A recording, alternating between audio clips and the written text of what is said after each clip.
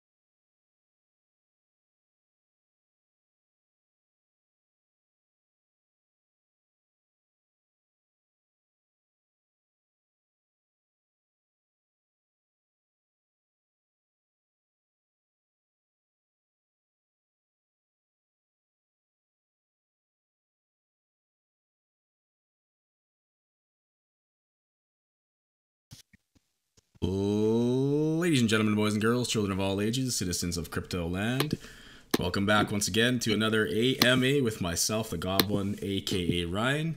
And today with me, I've got a record four people from the SyncFab team. So we are just going to give them a chance to go ahead and introduce themselves one by one. Take it away, guys. Hello, I'm Jeremy, the CEO and the founding CEO of SyncFab. Happy to be here today. Nice to meet you, and looking forward to answering your questions today. Hi, my name is Andy Tong, co-founder and chief strategy officer of SyncFab. Happy to be here today. Hi, I'm Dennis Delgado. I'm one of the co-founders and chief design officer over at SyncFab. Yeah, I was excited to be here and answer everybody's questions. Guys, name is Victor. I'm VP of Product and Operations here at SyncFab. Glad to be here today. Look forward to answering all your questions. All right. Oh, we've got an echo here. Give me 1 second, guys. Yeah, somebody might have their YouTube video on, so it's probably good to turn off the YouTube video volume. Okay, let me just take a look here. I think it might have been on my end. Welcome to live streams, guys. I always end up doing something. I think I've got you guys a little too loud as well. All right, everybody in the crypto world out there, let me know if this is any better.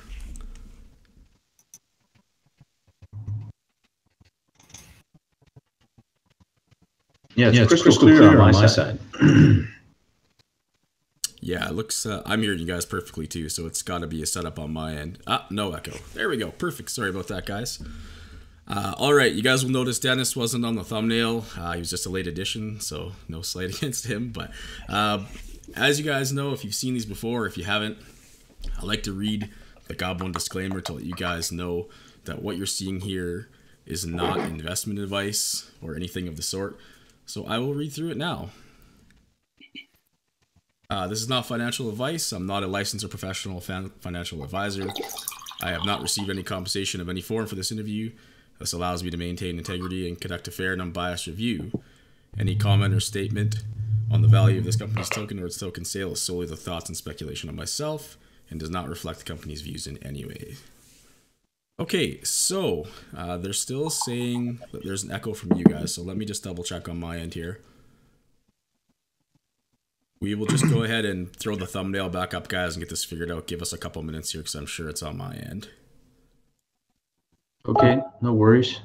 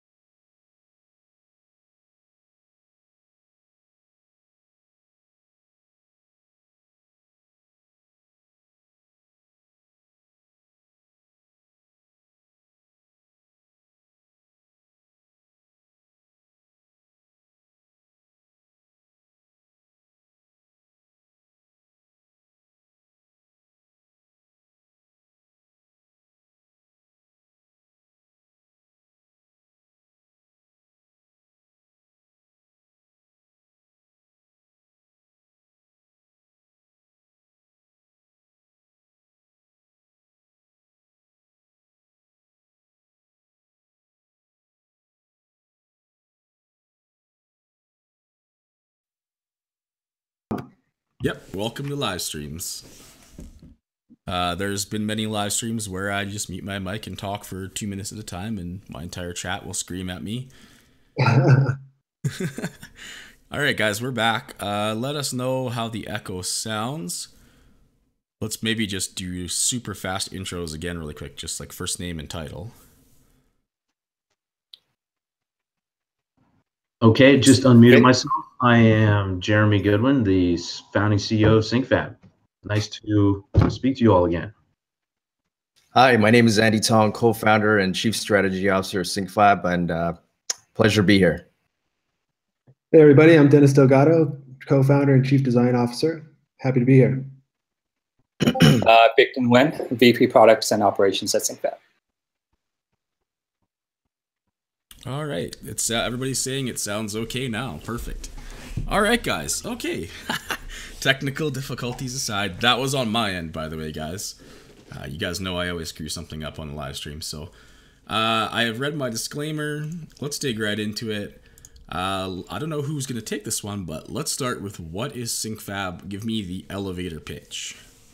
Well, I think this is an appropriate one for the CEO, so I'll just dive right in. So essentially, SyncFab is an Ethereum-based blockchain protocol and decentralized application connecting hardware buyers directly with hardware manufacturers on a manufacturing procurement platform that was built in partnership with the San Francisco Bay Area city of San Leandro as a part of an economic development initiative, and also in partnership with a manufacturing innovation initiative called the Clean Energy Smart Manufacturing Innovation Initiative, with 5 regional manufacturing centers around the country.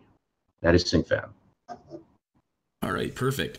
One topic I forgot to touch on here for the viewers. If you would like to ask a question, please start with all capitals, the word question. That helps our moderators pick it out easier. Also, just so you guys know, I will not ask exchange questions. I will not talk about exchanges. That's not fair. To put those guys on the spot, so don't even bother asking them. All right, so you give us the elevator pitch of what SyncFab is. I always like to get people to compare it, say if there is a non-crypto sort of equivalent, and if also there's a crypto equivalent or quote competitor, just so people can kind of get an idea of where you guys are at. Yeah, certainly. So on the non-crypto side, I mean, traditionally there are comparables, and actually when we originally looked at it, if you look back, you know, several years kind of during the era of, you know, mass globalization and proliferation and economic trade on the manufacturing side, and the globalization of manufacturing. Our closest comparable was the Alibaba Manufacturing Directory, which really was a pre-computer-aided design, pre-computer-aided manufacturing static directory of listings of manufacturers, where a number of product designers and engineers were simply looking for factories that could get stuff manufactured for them. So that's a that is a non-crypto competitor, and it's a massive space, massive, as we can see. I mean, they're a publicly listed company, a huge company, but there's lots of complaints with the service. And we also believe that in this more technologically empowered age that there's a lot of room for competition there and to revolutionize that model. Perfect. Okay, how about, are there any current crypto comparables or quote competitors for you guys? So there's huge application and tremendous implication for where blockchain is going to revolutionize the supply chain industry. Now, supply chain is a topic that tends to be oversimplified and misunderstood because it's comprised of upstream and downstream and everything in between.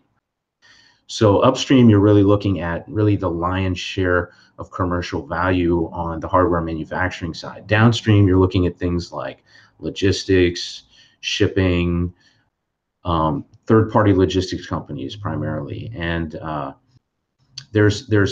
and also it's comprised in different industries. So everything from food to medical to hardware. So there are no pure play competitors with us yet, which is a reason why we're so excited and also just really energized about taking on this tremendous challenge and opportunity in the industry to truly revolutionize hardware manufacturing with blockchain. But the closest comparables, my understanding, are things like in the food manufacturing space, where there are these brand new companies. And just because of my understanding from them, I prefer not. They're brand new companies. They just started, say, a few months ago, or maybe just late last year, and they're looking at tackling the food industry, for example, or the medical industry. Whereas we've been involved in the hardware manufacturing space for quite a while, and we're focusing on the hardware manufacturing supply chain. Gotcha. Okay, so no real direct comparables in that case. We don't believe there to be, no. I don't either, honestly. I did quite a bit of digging, and I don't think there's anything specifically like you guys at all. So, okay, let's go into the team background. Let's maybe give Jeremy a break and start with some other team members and come back to him. But if you guys can give us a little bit of background and how that helps you guys in your day-to-day operations of SyncFab.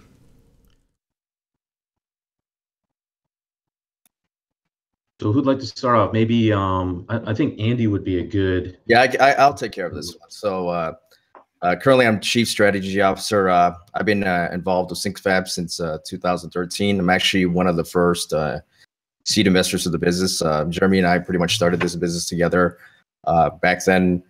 My background in the last decade has been involved with online marketing, online advertising, online games business.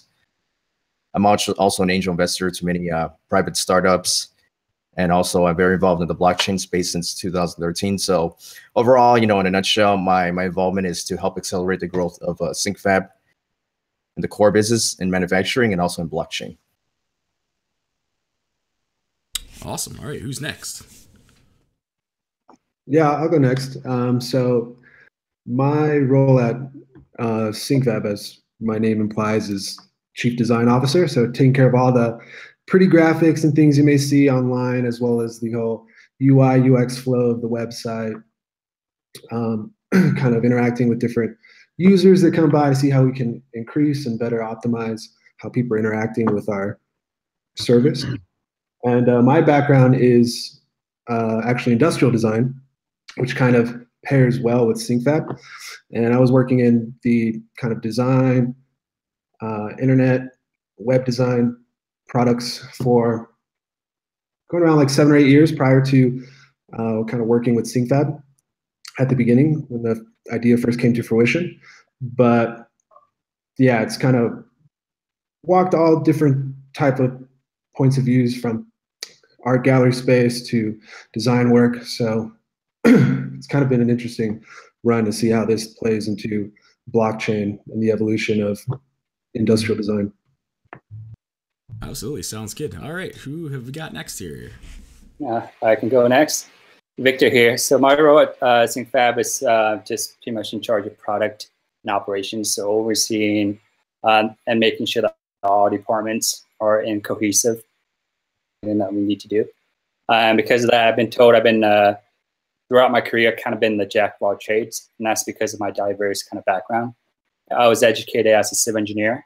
Then I moved into and had my own company doing marketing and events, where I did marketing campaign for Pepsi and Hard Rock Cafe. And then I also put on music festival in Vietnam.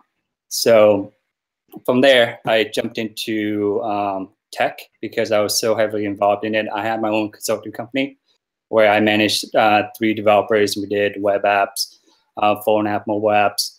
And since then, I've started working in a startup at San Francisco area where there's a startup started by the former SVP of sales productivity at Salesforce, and also co-founder of Fortify. And work with them, I kind of fine-tune my product skill and overall operational skill, and in terms of the tech industry. And so since then, I've jumped into SyncFab and kind of overlooked the product department and also the operations of the company. Awesome. All right, let's go back to Jeremy. So yeah, so Jeremy, the CEO, and essentially I view SyncFab as a culmination. In a way, it's a culmination of all of my professional experience over spanning almost 2 decades. I'm trained in industrial and labor relations, economics, and finance. And starting from the very earliest in my career, I started off doing an internship at the United Nations in trade and development.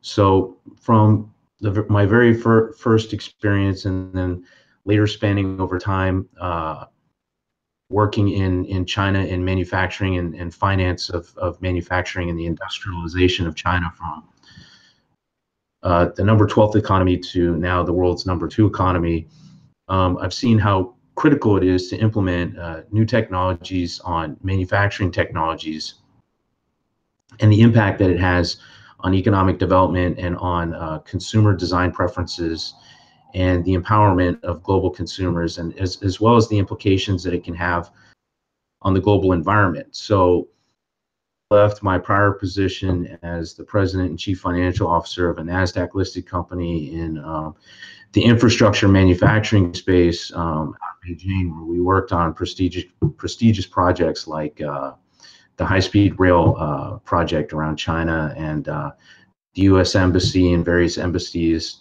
in Beijing. I saw the founding of SyncFab as an opportunity to refocus on leveraging new advanced manufacturing technologies to focus more on the new era of competitiveness for manufacturers to be more custom tailored to consumer design preferences, while also at the same time being more conscientious of localized sustainable economies and more environmentally conscious production techniques and mannerisms.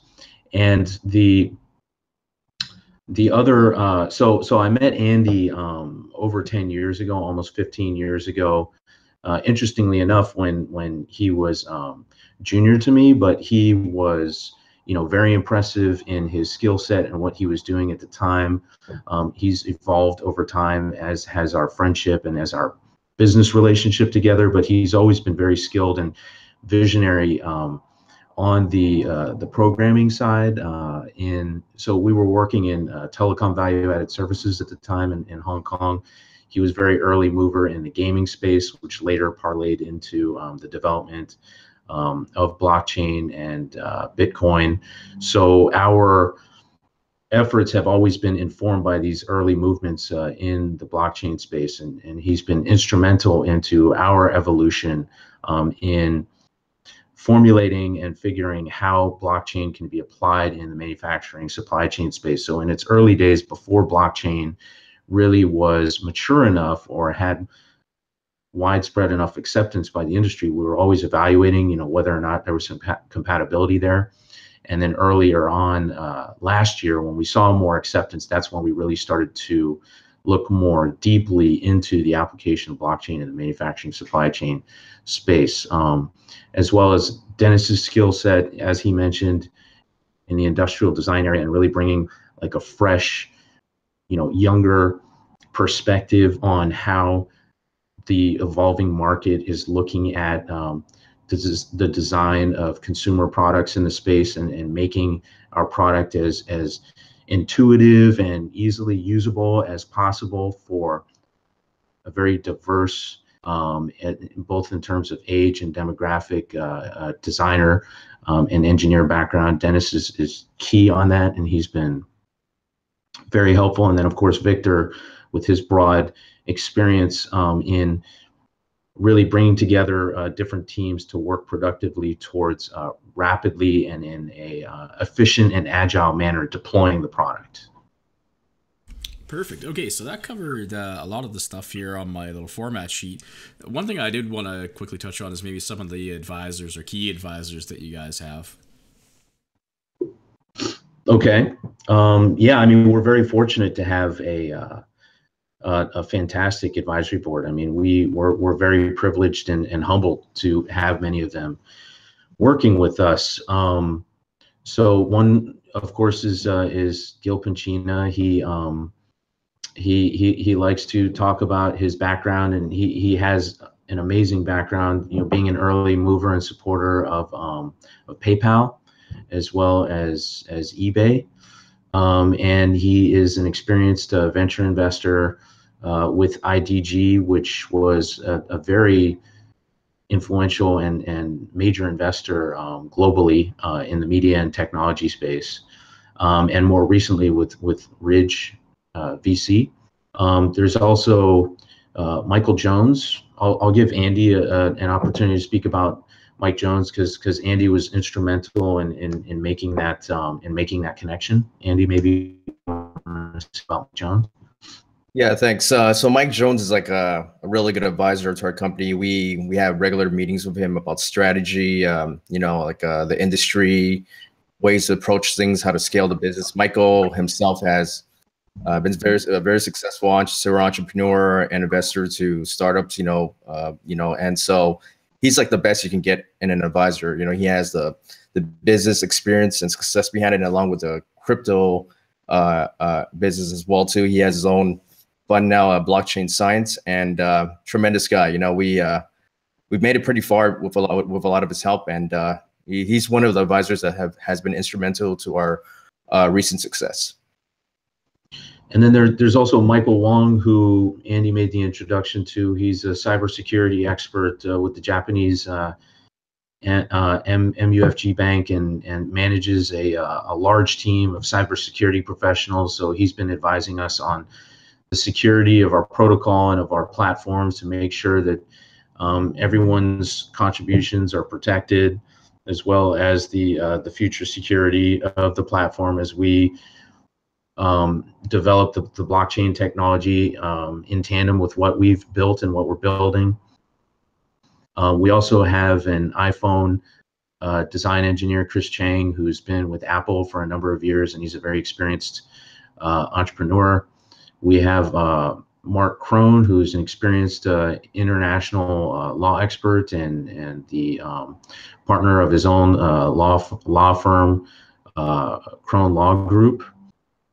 We also have the CTO of the Chief Technology Officer of that federal manufacturing innovation partnership that I previously mentioned. So we're extremely fortunate to have an industry visionary and major influencer on the future of clean energy driven smart manufacturing as a key member of our advisory board, who's also leading a number of proposals that we're working on in partnership with many of the major larger, more recognized names in the manufacturing industry, in partnership with the federal government. And we have Peter Moritz. We have Steven Sprague, who's the CEO of another very successful security-oriented token sale company that was successfully completed in the fall last year. We're very fortunate to have a very well-rounded and really just and well-skilled advisory board. So I believe I touched on everybody. I may have missed someone. No, you if I have, if you're looking at. No, that's okay. Okay. Ahmed says it's an impressive advisory team, and I think that's pretty much an understatement because, yeah, you guys have an all-star cast of advisors, in my opinion, and everybody fits the role perfectly for where they're advising you on, it looks like. So, Ryan, one thing that I want to mention is that the majority of our advisory board joined with us before, we really took off. Like they believed this in the first day, the day one. So it was, it was more not about how we promoted ourselves or the way we've accelerated as a recent, but it's because they really believed in our business, the team, and our vision and our plans moving forward. That's the reason we were able to bring these guys in. Oh, I mean, I see that. Everybody fits perfectly the role. Like if you see, we have specific advisors, everybody fits the role perfectly, and you don't see that with a lot of ICOs, in my opinion. Well, there's a reason for everyone to be a part of SyncFab. Like a business, expert, security expert. I mean, one of the top guys in the business, and Mike Wong. I mean, MUFG is like involved in the crypto space. They're one of the big banks in Japan. So everyone that you see there's a reason for them to be there. They're not there because we're name dropping them or we're using their face. They're actually there helping us. I mean, I don't know how other companies are operating, but everyone has a role and a purpose to the whole collective vision of the company. Awesome. And that's exactly what advisors should be. Sorry, go ahead, Jeremy. So the chief innovation officer of one of the cities that we're partnered with really wanted to join our advisory board as well, but because we're actually in a partnership with the city itself, the city attorney said that there was a conflict of interest, and so that city official, they're still advising, informally, just not as a formal member of our advisory board. And that statement that Andy made about, our advisory board being, selected early on based on their skill set and joining our advisory board early on as true believers in the vision of what we're working on and understanding the business model is very relevant, because as our companies become more known in the space, I mean, we get solicitations every day now for people who want to be on the advisory board. I can imagine. Right, like you don't see my inbox, but I literally get 300, 400 emails related to SyncFab now every day. Myself, not including the other guys. It's crazy, man. I can believe it. Well, yeah, people have pegged you as a really promising project, and everybody wants to get on board, man. I can 100% believe it. We just have to tell them. We have to tell them it's full. Yep. Yeah, that's all you got to do. All right, let's go into the deeper dive. So I want to start really, really high level because maybe we have some viewers who aren't quite as technical. So I just want to start with a very high level overview of what is IoT, which is short for Internet of Things. Yeah, so the Internet of Things is it's speaking mostly to the consumer space. So they're talking about these smart connected devices in homes. A simple example might be, say, like the Nest thermostat, where you have these app-enabled smart devices in your home that you might be able to control, say, from your mobile phone, and you can control the temperature in your home through the thermostat. And so the Internet of Things has to do with utilizing various connected protocols to connect with that thermostat, be it through the internet, be it through these mobile applications.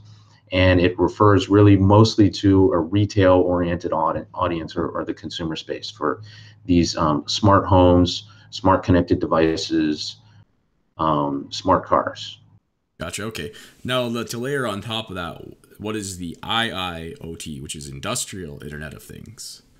Sure. So in contrast to the Internet of Things, which really has to do more with consumers speaking to those devices that they have preferences for to execute actions, say that they've already purchased, IIoT has more to do with it. So IIoT is short for the Industrial Internet of Things, and that has to do with the machinery really that runs a lot of the engine behind the economy. So as more advanced manufacturing processes and technologies are coming online, a lot of the commercial value behind or underlying the Internet of Things, or that's producing those devices that are the layer on top of creating the Internet of Things is the industrial Internet of Things. So it's those machines and the connectivity and the data that's run through there that produce the parts and components that go into the final assembled products that are the layer on top of that effectively comprise the Internet of Things. And this IIoT, the data that's coming out of it and the connectivity there is currently it's an industry in its infancy, and it's projected by various think tanks and different groups to comprise a value of anywhere from $4 trillion by 2024 to 12 trillion by 2030. And just to put that in perspective, the current size of the global manufacturing industry, according to the World Bank, is approximated at about $12 trillion. So according to that, that's saying that the current global manufacturing industry effectively is going to double 2030. And what's interesting is to think is, where are all the resources for that going to come from? Okay, perfect. No, I like it. That's what I wanted to give people a sort of prelude. I guess one more question to that, because I think we might hear this a little bit as we go through, is an RFQ. So just quickly, like, what does an RFQ stand for and what does it mean? I'd like to give Dennis an opportunity to answer that question. Yeah, Dennis. for sure. Yeah, go ahead. Yes. Hey everybody. So at the simplest level, RFQ is an abbreviation, which stands for request for quote. It's kind of a standard term in the manufacturing production industry, where a company or a designer, engineer, maybe at like a small firm or something, is actively seeking a quote on their design or engineering drawing to see how much it would cost to produce that piece or product. In our case, we work with a lot of parts. So just to kind of put it simply, a product is composed of many different parts. Say your smartphone has thousands of small little parts that go into it. So we help source all those parts that go into the finalized product. Request for quote can comprise of all these different parts, and we try to help smooth that process out as best as possible. Gotcha. All right, perfect.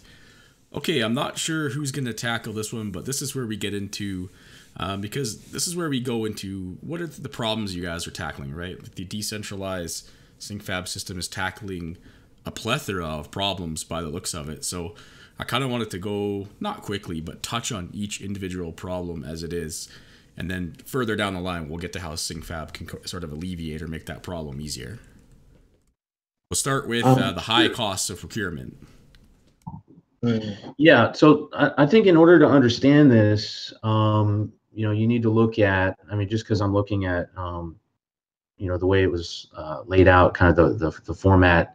And looking at kind of where the industry is right now, in order to understand the problems, you really need to put it in context and where the industry is right now. So for supply chain, in order to manage supply chain, the way companies are currently tackling the industry is, they have like these armies of product program managers, purchase managers, and supply chain managers, basically running around, looking for sources of production and then managing those sources of production.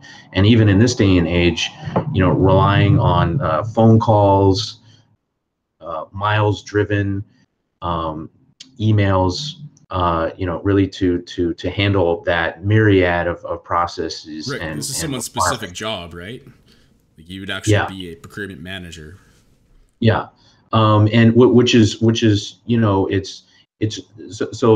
it's a job that's oriented towards a process that's quickly evolving to become more efficient and more high tech, and that we see that role evolving to become more oriented towards these new technologies, which they can be, they can evolve their skills and be paid for higher value add in that position. So that being said, a major issue is because of these inefficient processes and mannerisms that are being used to procure the production and manage the production process. There's a very high cost oriented to that that's related to several characteristics of the current configuration of the industry. And a big part of that is related to what blockchain addresses, which is these untrusted sources of production and procurement. And because of that, a lot of third-party brokers need to be hired to serve as the bridge, the trust bridge between these procurement managers and the procurement sources. So a high cost comes from that. Another high cost comes from the lack of transparency, which again is a gap that these brokers fills. It comes from the disorganization and the broad distribution of information across different information infrastructures, resulting in higher costs. And it's also because of the high centralization of a lot of the machinery assets, which serve as a higher barrier of entry to more entrepreneurial product designers and innovators who are effectively or essentially barred in a way from having access to this economy of scale level manufacturing to prototype their products, because the minimums required are very high. Which segues. So you're talking about small business innovators and entrepreneurs who may not have access to the proper supply chains because they don't have the contacts or things of that sort of nature, right?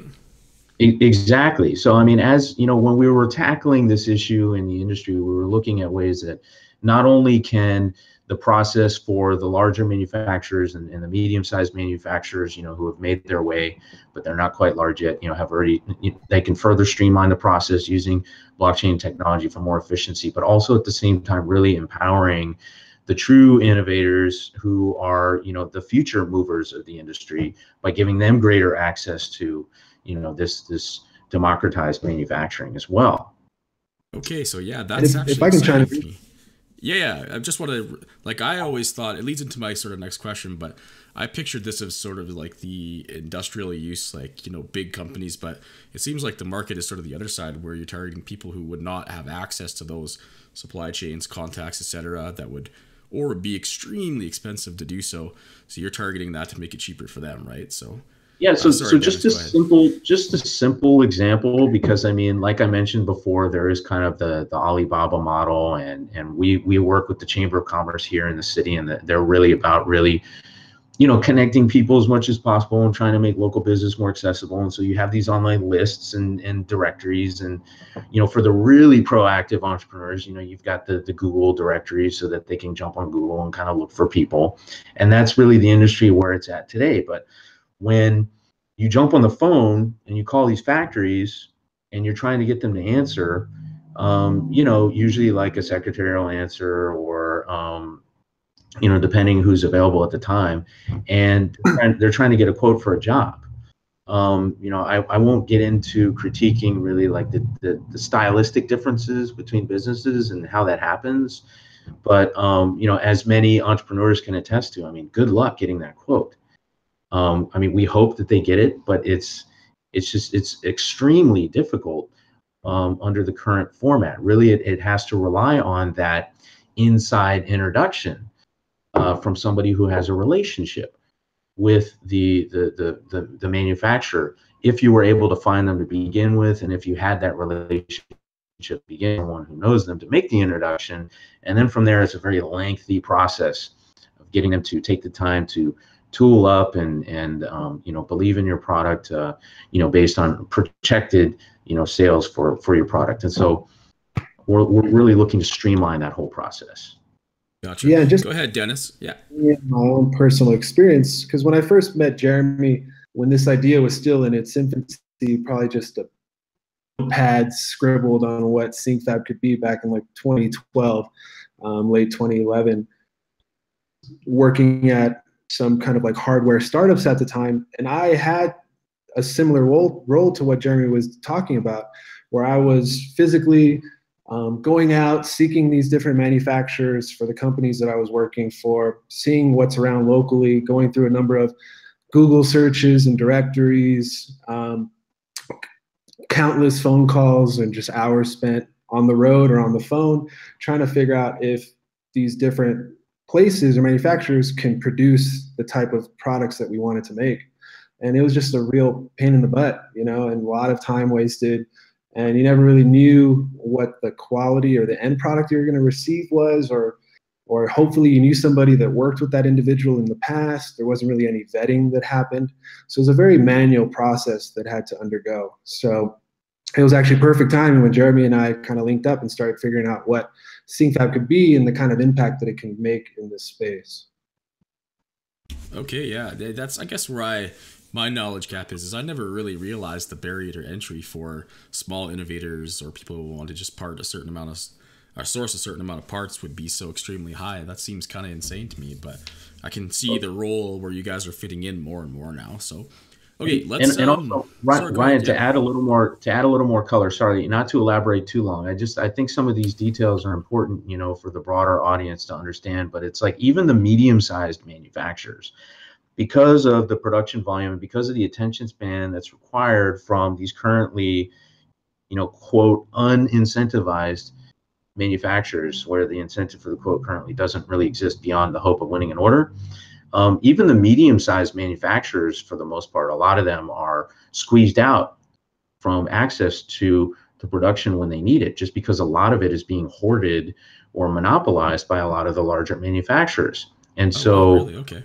That's also, and they're willing to pay very high premiums in order to access this. So instead of being, greedy and just focusing on kind of like a specialized consulting niche of just getting, timely access for these medium-sized manufacturers, we're really looking at a more broad and comprehensive solution for the industry. Gotcha. Okay. No, I completely understand.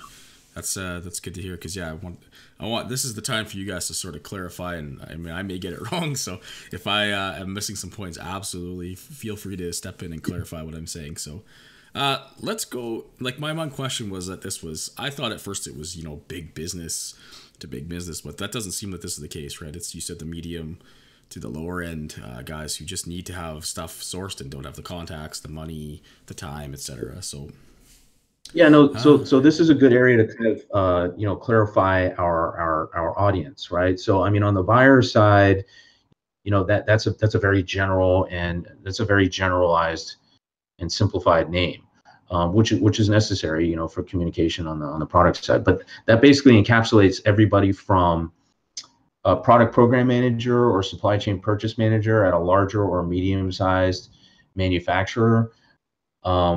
Which I'll take a second to define what a manufacturer is. Interestingly enough, a manufacturer can be both a supplier as well as a buyer.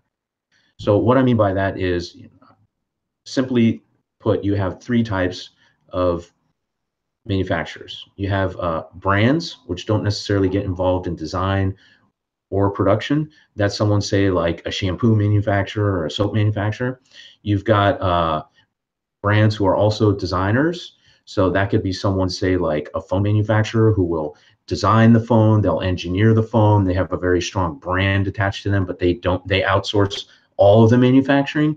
And then the closest thing we see to a pure play manufacturer, where even at the purest play manufacturer level, depending on their scale, they're still always relying on outside manufacturing suppliers. And so that's the automotive. The closest thing to that is the automotive or the aviation industry. Even at that scale, they're still not manufacturing everything themselves.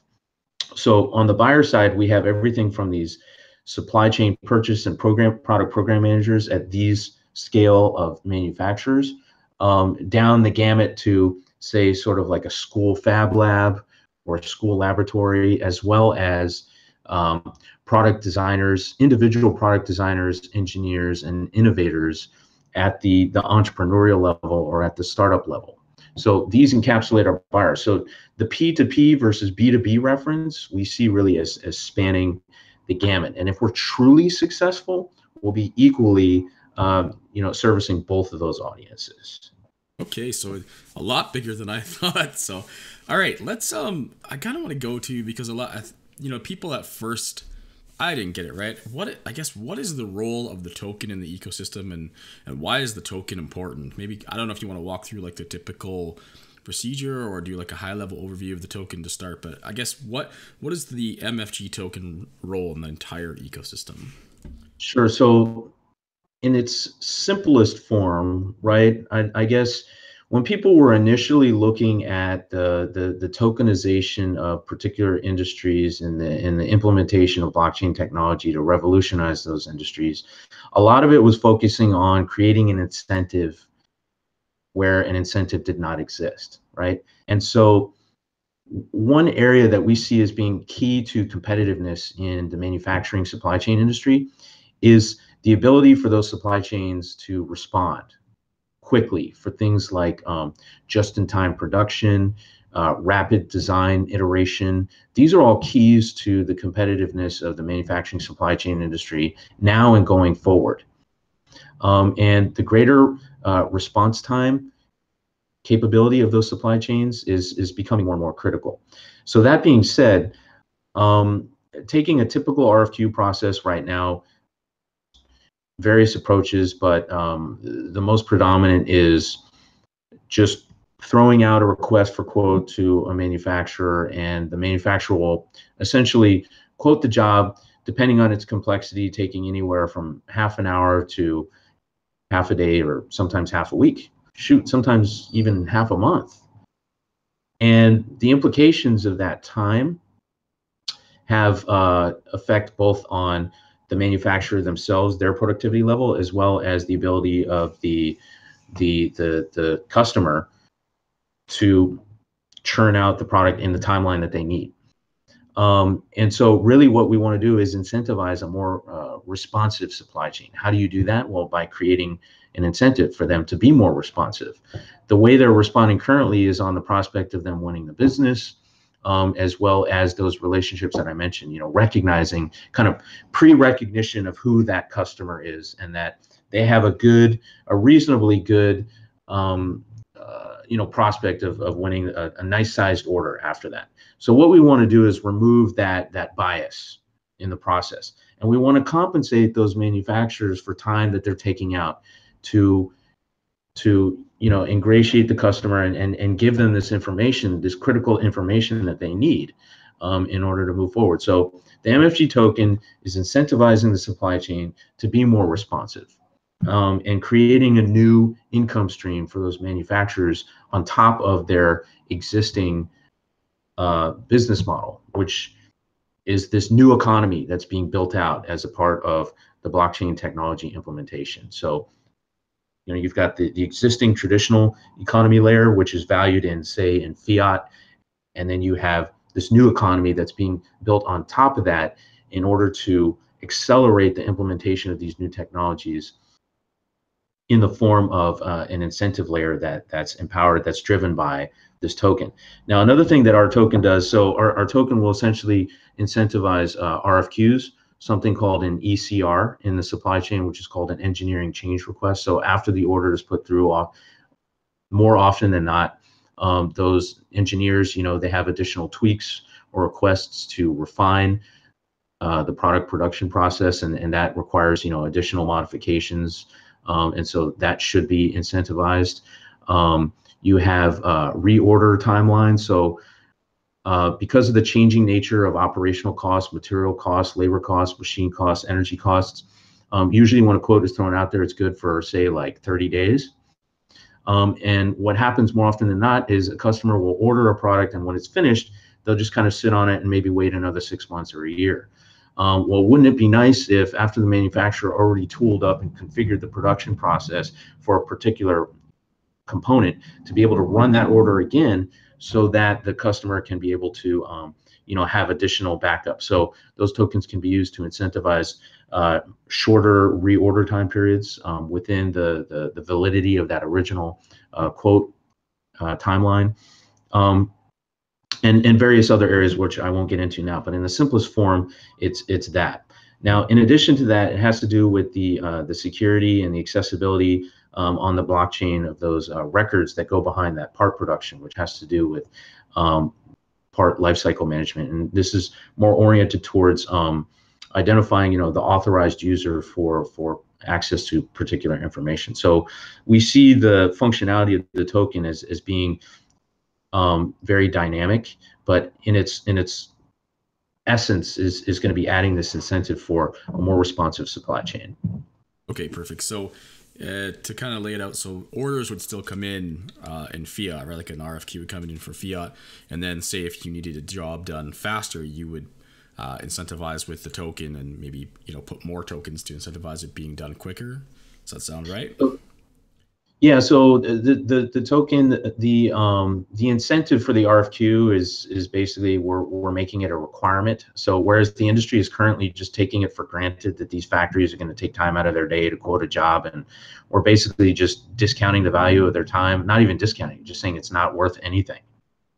And this is the same audience that has been bemoaning the fact that they're being left behind by technology. They're kind of the have-nots, if you will, the blue collars that we're saying, look, we're going to incentivize you to participate more proactively in this technological revolution of your industry. Be more responsive to this quoting process and get compensated in this revolutionary, new token as a result. And so it's the tokenization of the responsiveness of the supply chain. Gotcha. Like it's almost like a tokenization of their time, a value of their time, right? Yeah, exactly. And so that's really where the new economy analogy comes in, because you're building a new layer of value on top of the existing layer, and that's really how you grow the pie. Okay, I understand. Perfect. Are there any other? I see like there's other uses that you say in the white paper for the MFG tokens. Like one thing is stated as like discounts, transaction fees. There's other things too that we'll get into, but maybe touch on those two things really quickly if you can, or if somebody else wants to as well. Whoever wants to speak. Sure. Maybe, I don't know, Victor, would you like to say something about that? I don't want to volunteer anybody. If Victor, whoever wants to chime in. What's the question of that again? I got caught up in something. Oh, sure. No, that's okay. We're just talking about the token and the incentive model, and I just wanted to sort of talk about, I noticed in the white paper that talks about discounts via the tokens and also some of the transaction fees being paid in the tokens as well.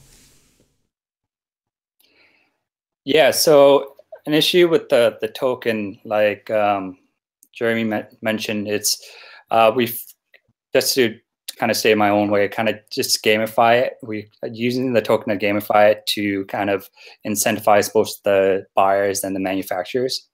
And by using the token, we've found a way to, in order to incentivize them, we've created a unique bid auction per se.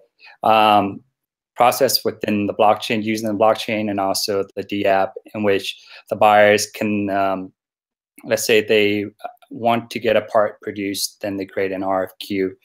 And in essence, that creates a unique bid auction in that part of the auction or the RFQ that they put up, there's a reward incentive that they put up. Let's say that they want to do it, this RFQ for this car part contains 1,000 MSG token as a reward. And so to incentivize the manufacturers to actually go in there and bid for this RFQ, they go in, they bid for it, and what happens is part of this reward is a fraction goes to the winner and the other fraction also goes to the losing bid.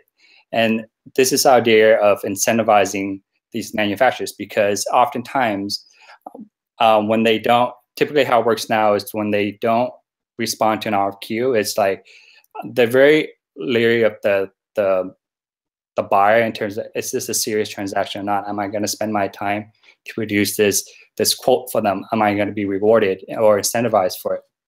And so by using the MSG token as a reward, regardless of whether you win or not, you still get a fraction of the reward of this auction that goes out.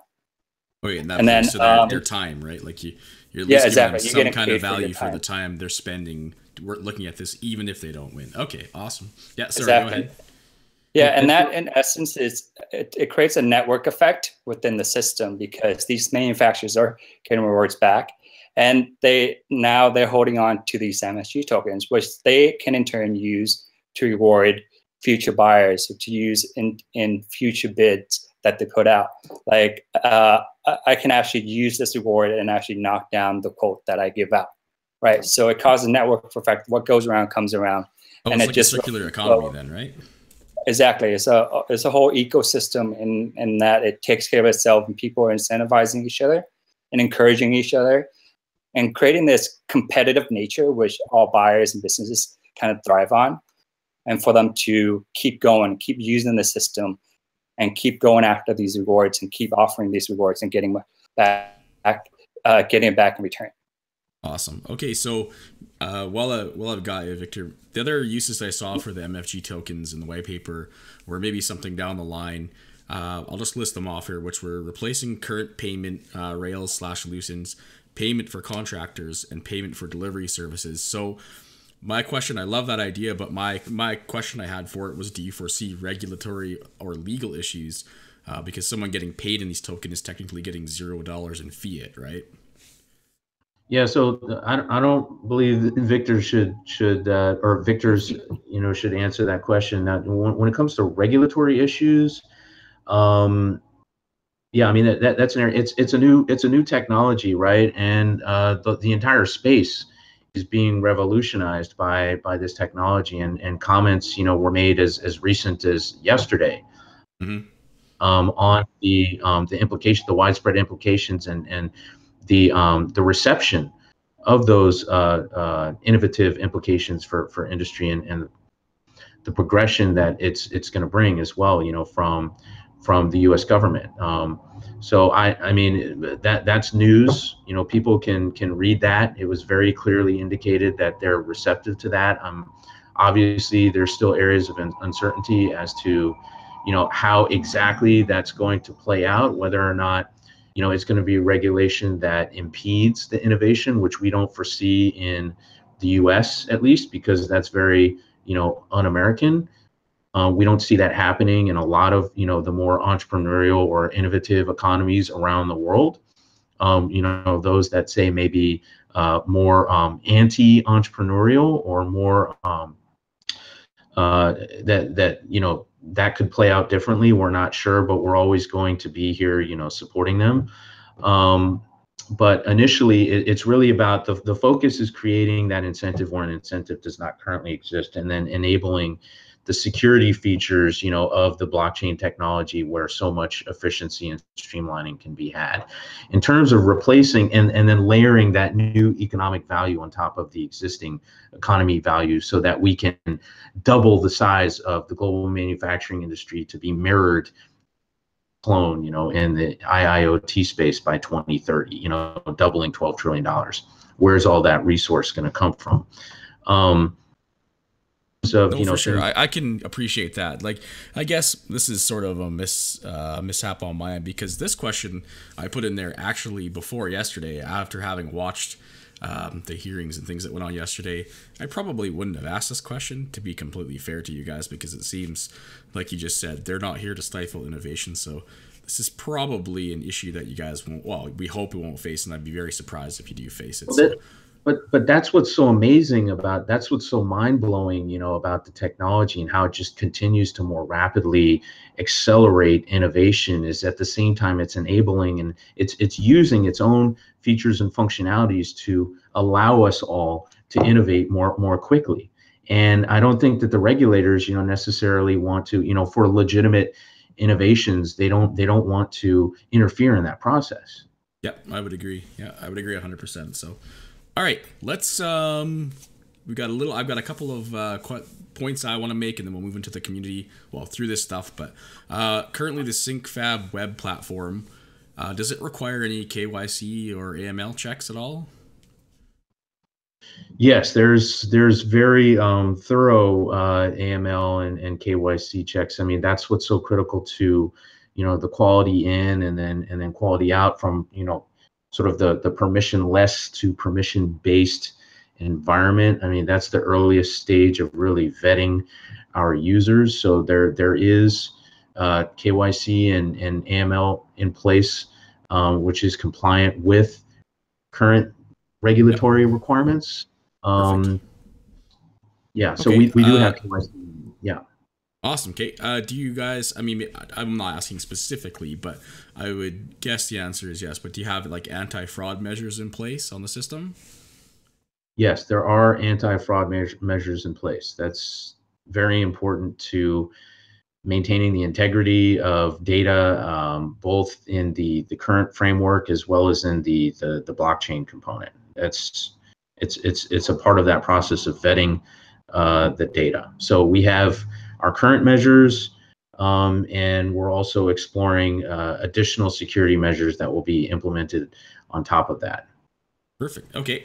I'm gonna just skip over to that number 3. One thing I want to touch on before we move into the next section. There's a section that talks about premium features, which was pretty exciting. But I don't know if you guys have this road mapped out or not yet. But would these be something where you have to stake tokens to access them, or is it just sort of you got to pay a certain number of tokens type thing? Yeah, so the token is always going to play a role in. I mean, it just in its simplest form, if you can view it like this. I mean, the way we see the ecosystem evolving in the IIoT and the advanced manufacturing space, and the role that the SyncFab blockchain protocol and the DApp is going to play in that. Just think of it as a token for every part. Every time a part goes into a car or into an airplane or into a drone, you're using a token to produce one of those parts that goes into a car, as well as to access all the documentation behind managing the lifecycle process for that part. And so these premium features, absolutely, the token will play a role in that, because it has to do both with the incentivization feature of that supply chain, as well as the security authentication for accessing the data behind the production of that part. Perfect. Okay. That's awesome. That'll conclude the deeper dive section. I know that was pretty long. I appreciate your guys' answers for all that. I'm not sure if you want to tackle this one or if somebody else, but let's maybe have a rundown of your guys' future roadmap. Because I see right now on the website we're in Q1, which is basically the MFG token sales section. Yeah, I mean, if someone of the team wants to volunteer, that's fine, or I can pick it up.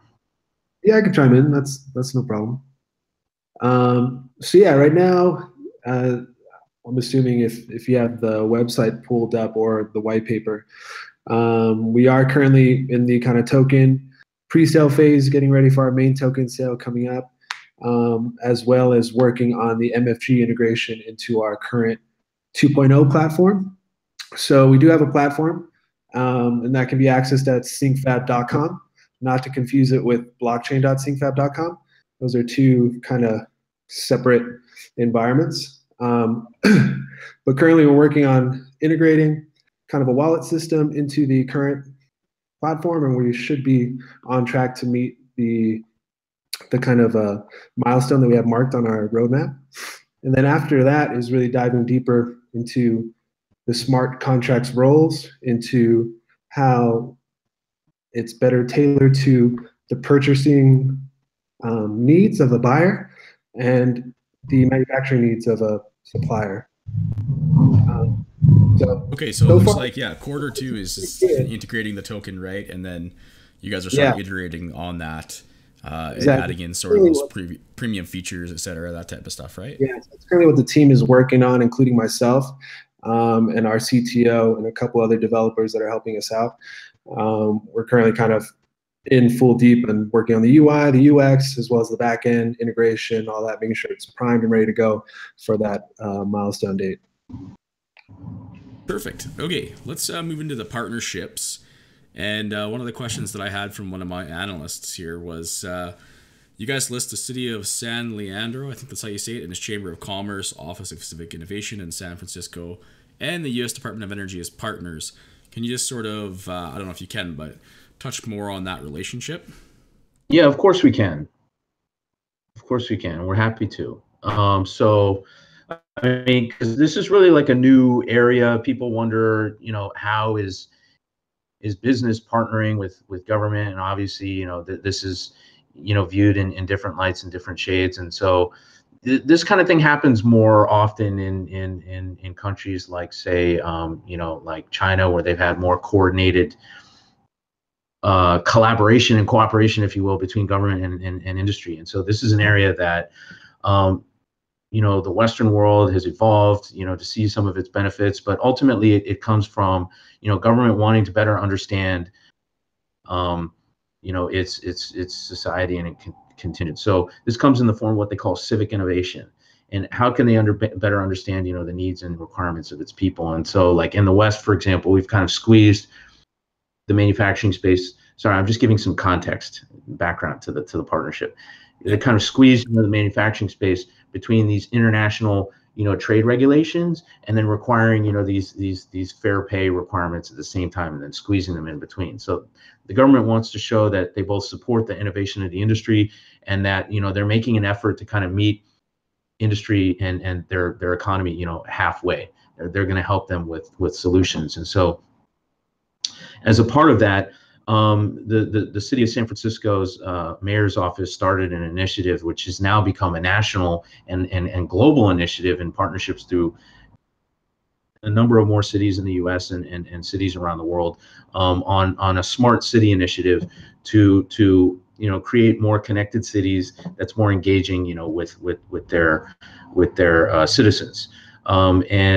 So there was a program with the city of San Francisco in partnership with other San Francisco Bay Area cities, including San Leandro and Oakland.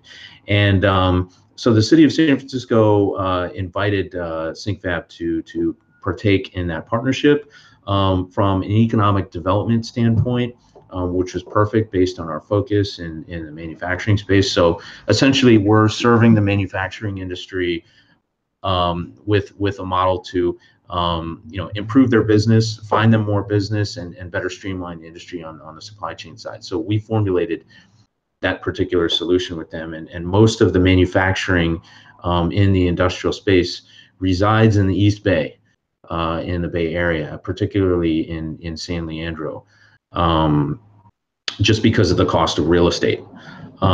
So that is the reason behind the partnership with the city. We've signed an agreement with them. We're in an economic development partnership with them to streamline their manufacturing industry. Now, at the federal level,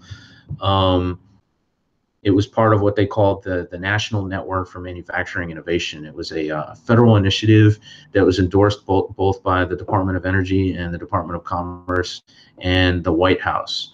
And it was funded by grants from those departments, which launched competitions from consortiums around the nation to participate. And our consortium was the winner of that. So us, in partnership with a number of other companies, that was led by a team that includes the CTOs who's on our advisory board.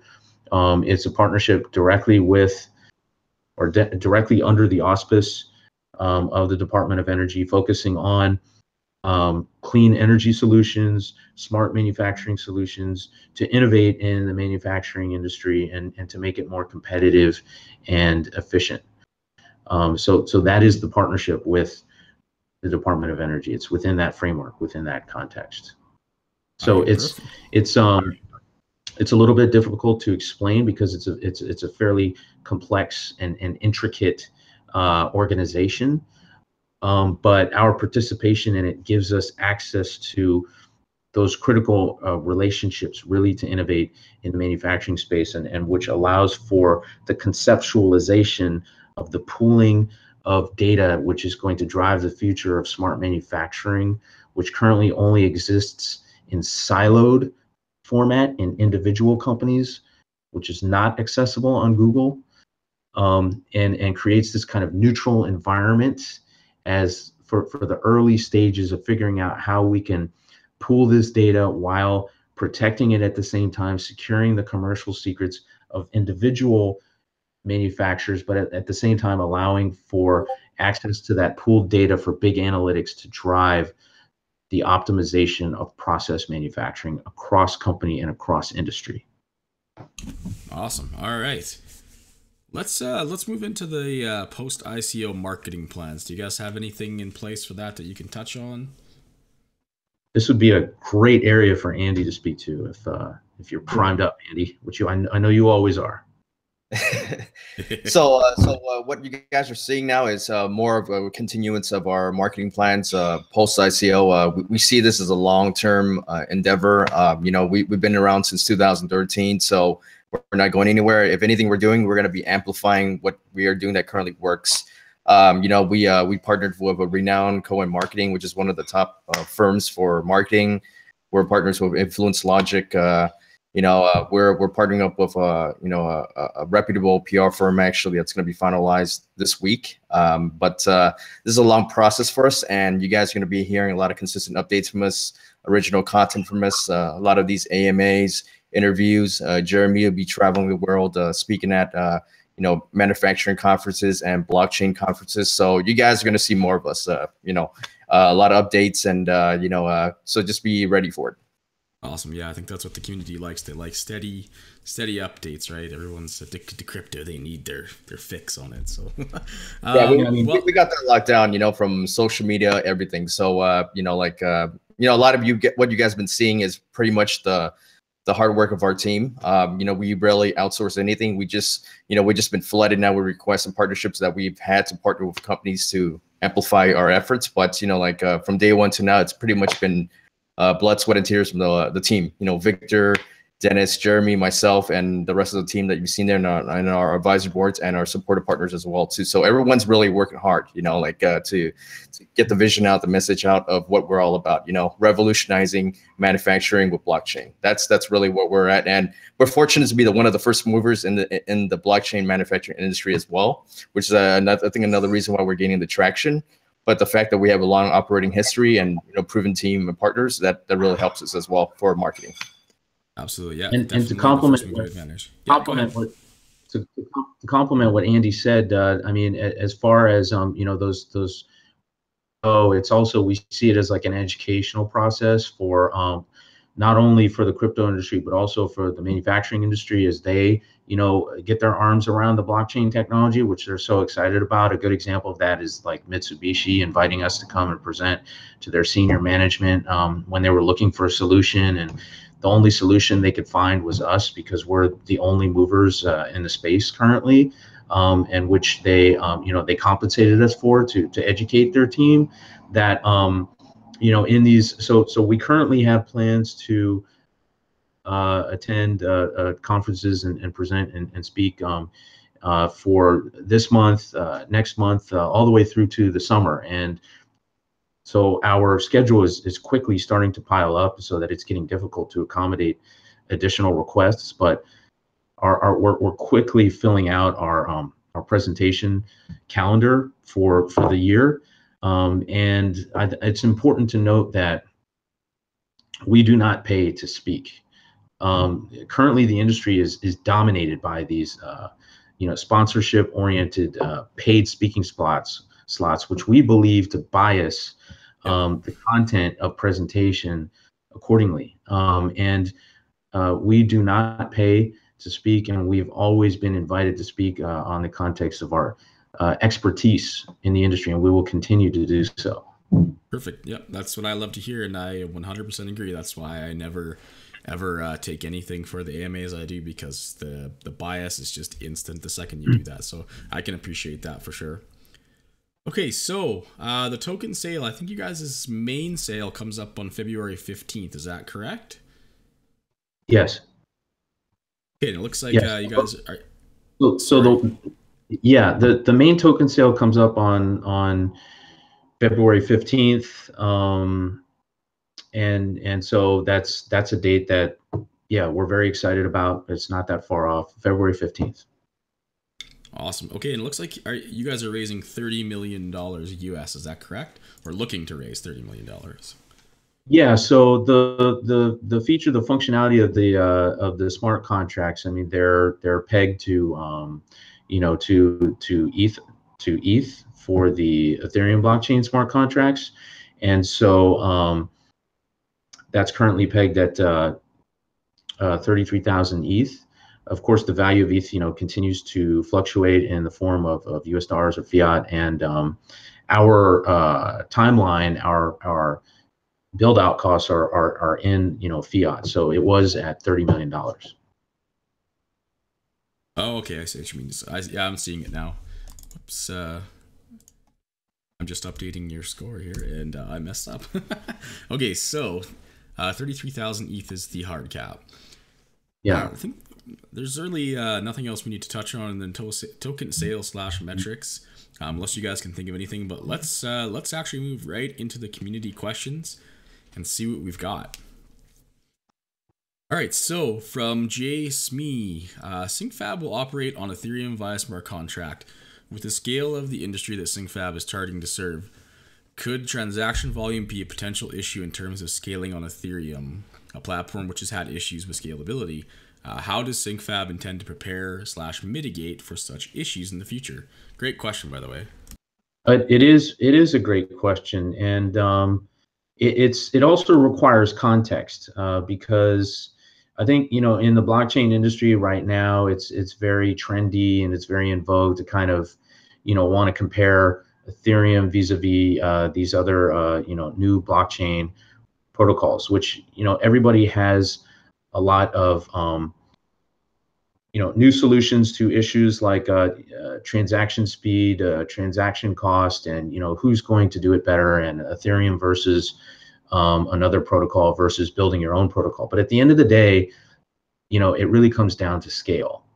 And scale is a feature of, participation as well as operating history. And Ethereum, irregardless of the comments that people, can put forth, I mean, they're really one of the earliest comers to the industry. They revolutionized and innovated the smart contract concept itself. Bitcoin has the greatest scale of the blockchain, and Ethereum has the second largest scale of blockchain. But that transaction speed, really, if you don't have that much scale and you don't have that much volume transacting on your blockchain, really, it's like comparing apples to oranges. But what we have seen is a lot of innovations and patches taking place on Ethereum to address those issues. We anticipate that will continue to be the case, and we will also continue to give feedback members of the Ethereum Foundation, the criticality of really keeping up with the innovation of the industry, as well as us taking a proactive part of that and providing solutions ourselves. So that is an important issue in the industry, but it's an issue that we will continue to address, and we believe that they will continue to address as well. All right, that was awesome. Next question from the same person, Jay Smee. Among partners to SyncFab, the Clean Energy Smart Manufacturing Innovation Institute is listed, an organization that promotes improved energy efficiency and sustainability among the manufacturing industry. What does sustainability mean to the SyncFab team and the project? What is the nature of the relationship between SyncFab and this organization? Sure. So I believe I already addressed the relationship between SyncFab and the organization earlier. Yep. I hope, you agree, right? So I already addressed that earlier, but the question of sustainability is a really good one, and it's a point that's very close to our hearts. From when we initially founded SyncFab to begin with. Sustainability encapsulates so many meanings in terms of sustainable economies, a sustainable planet, and really, sustainable.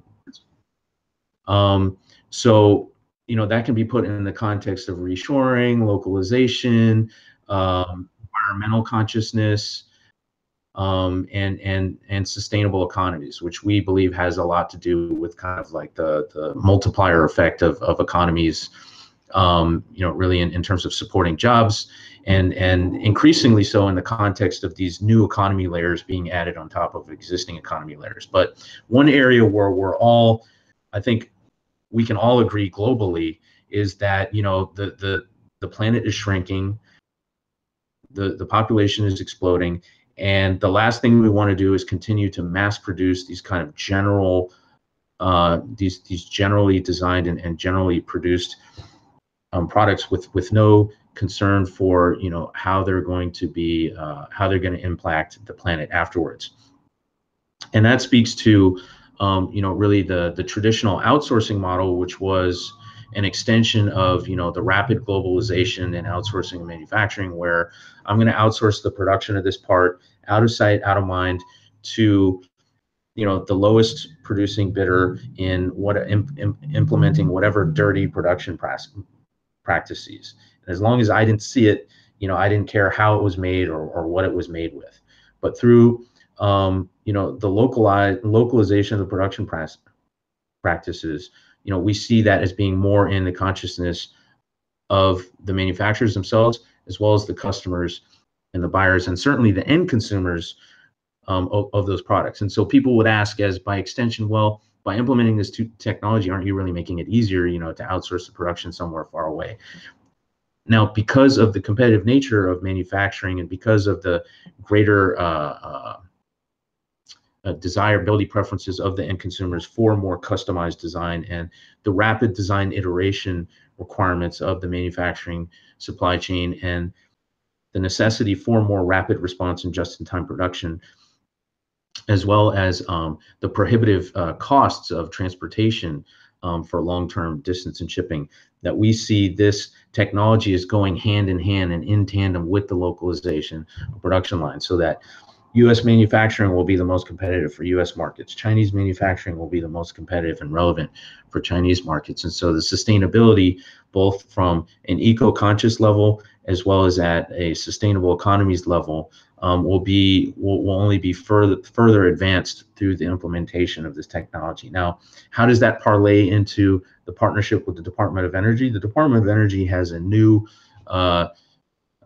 standard related to the energy efficiency monitoring, measuring, and encouragement of energy efficient production processes at manufacture, called ISO 50001. It's a new standard, and it's a standard that we are sharing with industry, that we're encouraging, we're educating industry about, and it's a standard that we're very excited about.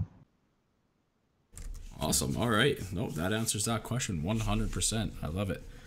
Okay, Crypto Mod asks, will you deal with factories globally to enable a quicker delivery, or is this a security concern? And I think this was asked earlier as well, but I think your target market currently is the US, I believe, right, to start?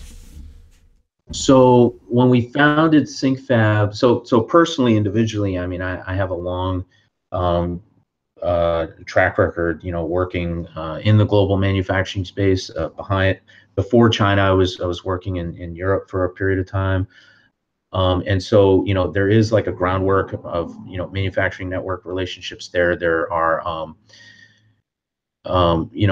potential partnerships on the drawing board currently that are under consideration in the Asia region, which is instrumental. I mean, we really see the global marketplace and the global ecosystem as part and parcel of the entire puzzle and of the entire picture. Now, that being said, our operating history has been predominantly, we began in the US, primarily in California, and we have these federal partnerships in place, with the Department of Energy and the Department of Commerce. But we've been receiving requests, from a global audience. And it's something that we are, currently exploring how we're going to line that up, rapidly as a part of the implementation and the deployment of the blockchain. And an area of the blockchain deployment that we're so excited about really is the engagement of that global community and the global audience, precisely for what I explained before, which is the enablement of local manufacturing accessibility for local markets. So when we designed the SyncFab platform, from its inception, it was always based on this focus on not so much just waving the flag of a particular country and saying, God bless this country and nowhere else. That's not our perspective at all. It has to do with really enabling and empowering local innovators and local designers to have greater access to their local production capabilities, as well as supporting the development and growth of their local manufacturers. Perfect. All right. So the next question, we've got a couple of questions here about the number of blockchain developers that you guys have. Somebody says they've only see 2 on the website. Another person asks that there's maybe 3, and they can't find any GitHub examples for project members. But maybe one of you guys can touch on the blockchain development team that you guys have. Yeah, so in terms of our blockchain development team, we have our legacy developers who, I mean, they understand the core, the crux of our technology, the blockchain development space, in its general context. I mean, it's been around since 2008 or 2010, depending on who you ask, and sometimes even earlier than that. I mean, if you ask some like Professor Gunzer at Cornell, I mean, he had a predecessor to Satoshi Nakamoto's Bitcoin blockchain that he was referring to in terms of a cryptocurrency called Karma that he did before Bitcoin. But that being said, the timeline of people with the blockchain development space is relatively limited, and specifically in the context of Ethereum development language, which really only came into play about 2 years ago. So a lot of the developers in this space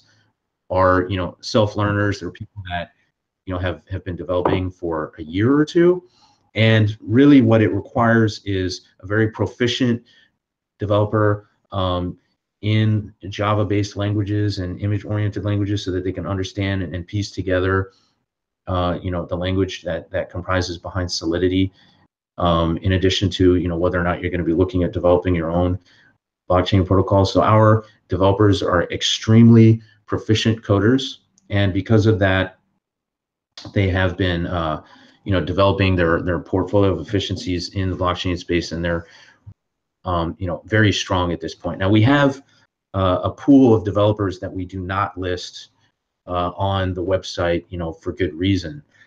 So really just because what they're evaluating or looking at on the basis of what's on the website versus the pool of talent that we have access to, is different. And we're very confident in our ability to deploy on that side at this point.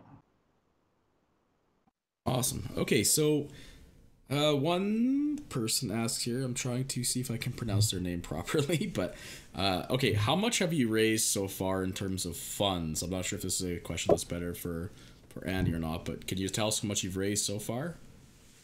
So in terms of how much we've raised, we made an announcement earlier in the month that we did our minimum, and that we were well over 1 million.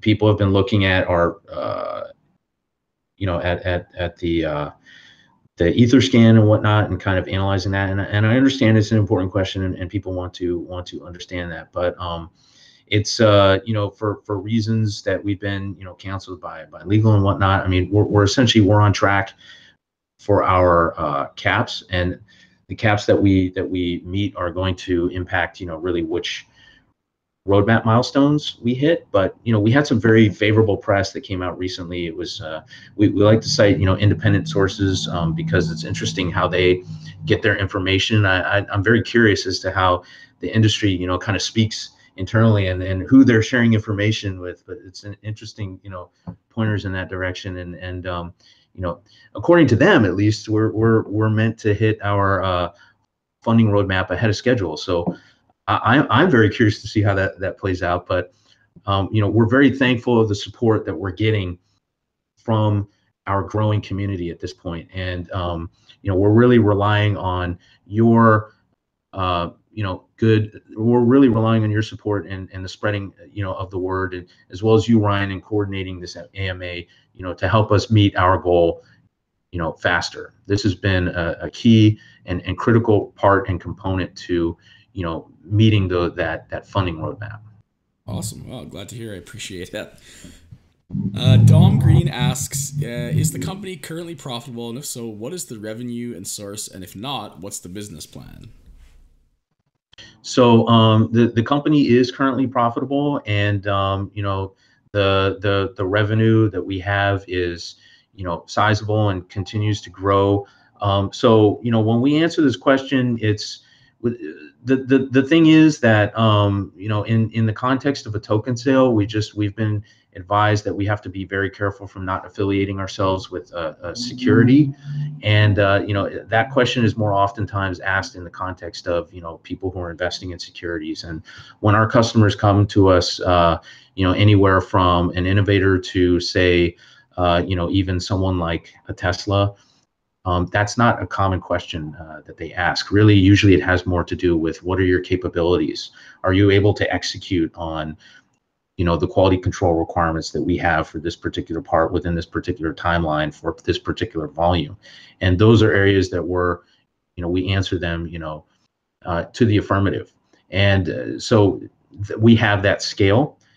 And because we have that scale, well, you can project accordingly kind of around what our revenues would look like. Gotcha. We are profitable. That's how we're able to maintain the size of our current team. So, we're very fortunate to be in the position we're in. Okay, perfect.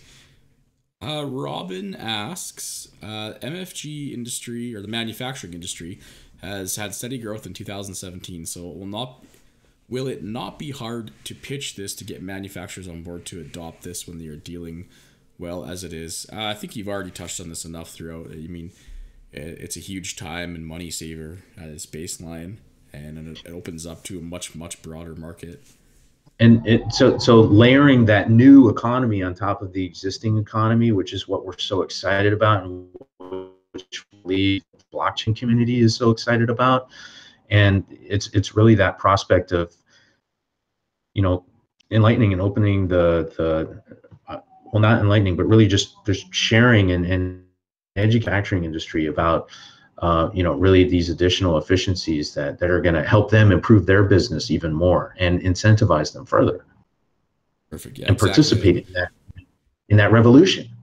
Exactly. Yeah, because the manufacturing industry is going steady, it's the perfect time to add the layer, incentivize the gamification, and to take it to the next level, right? So that's a good thing in my eyes that it's doing so well. Absolutely. Or what people, I mean, I've heard references recently. It's like, and this in no way has to do with an analogy between a token and security, but when the stock market is doing well, the blockchain space will do well, and when the stock market is not doing well, the blockchain space will continue to do well. Sounds good to me. All right, last question for you guys.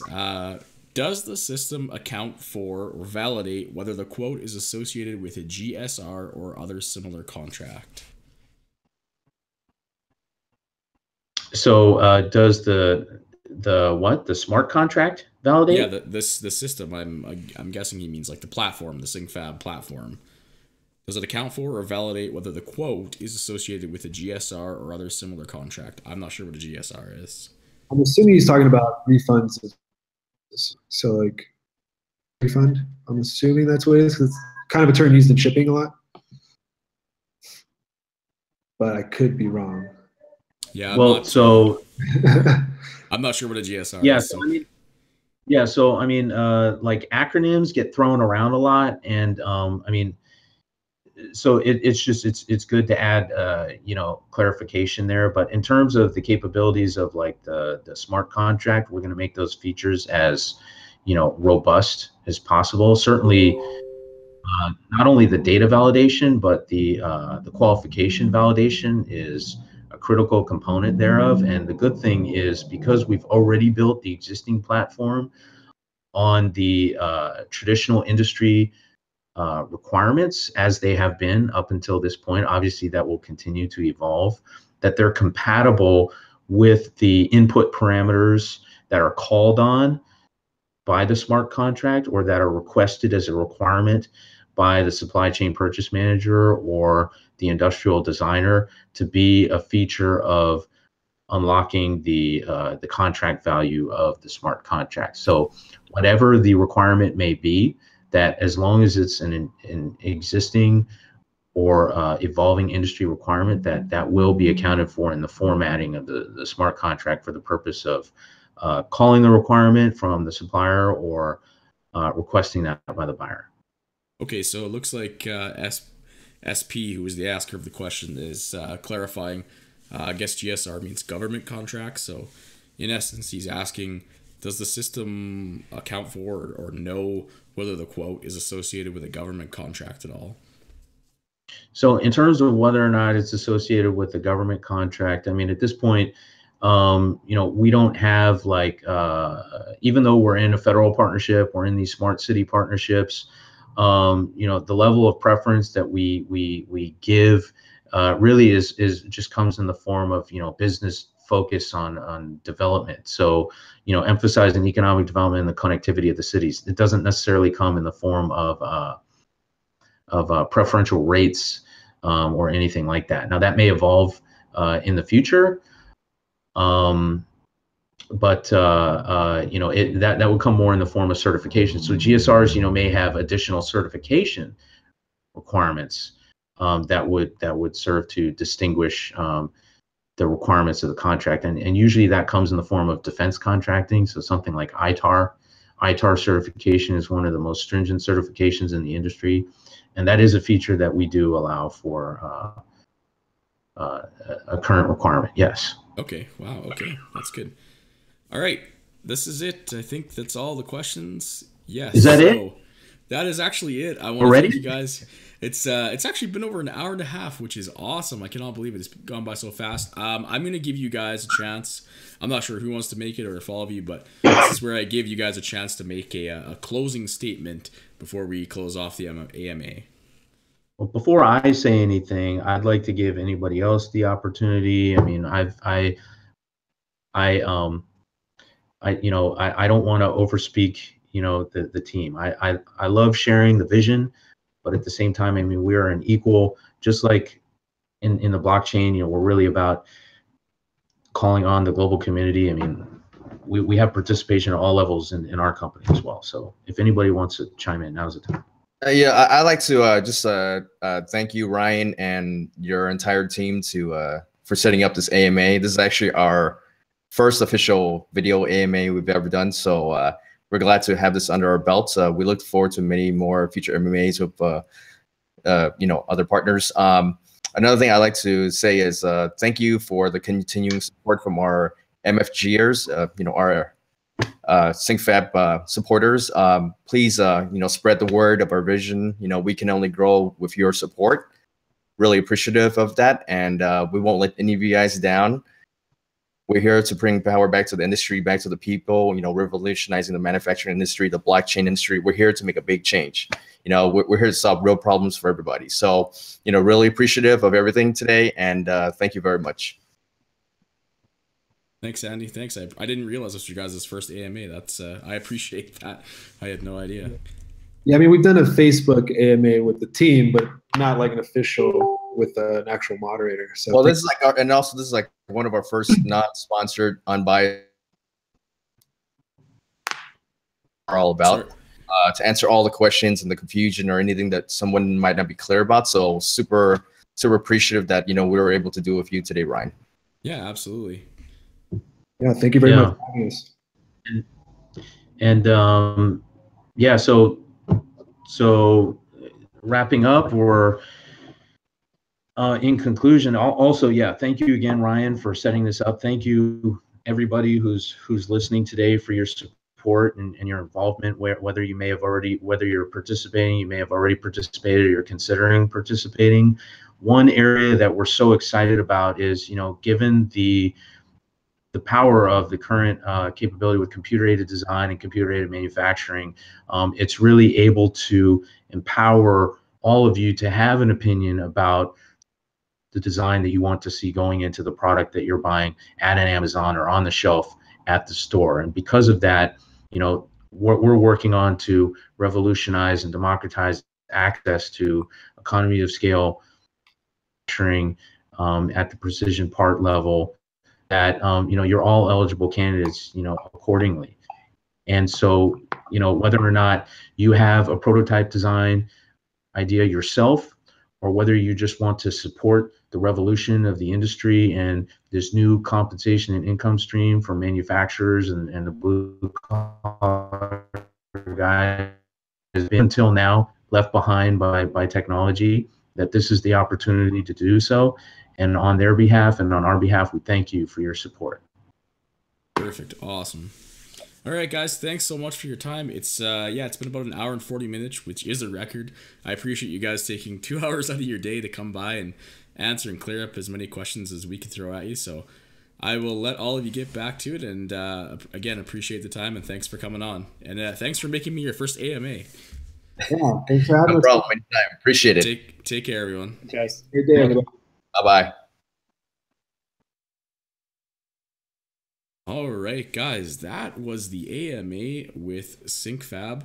That was an awesome AMA, in my opinion. As you can tell, I mean, they've been doing this for a long time. Obviously, they said 2013 was the start, so they know their stuff. I think that unequivocally, you could say that they 100% know what they're doing, and I really do like actually the use case for the token. It's adding on top of the layer. You know, they're not trying to reinvent the wheel, as the saying goes. So I'm not going to say whether I invested or not, because that would be financial advice, and I am not a financial advisor. But as you guys know, I like this project, and I appreciate these guys coming on and taking almost 2 hours of their day, and all you guys who stuck with us too. It's been amazing. I love doing these unbiased AMAs, and I really like to hear that they don't pay to get their message out, because your message and your product should stand on its own 2 feet. So I want to thank you all for stopping by. Hope you enjoyed this. Hopefully I can get some more videos out to you. I know it's been a while, but take care out there, and I'll see you in the next AMA or adventure. Take care.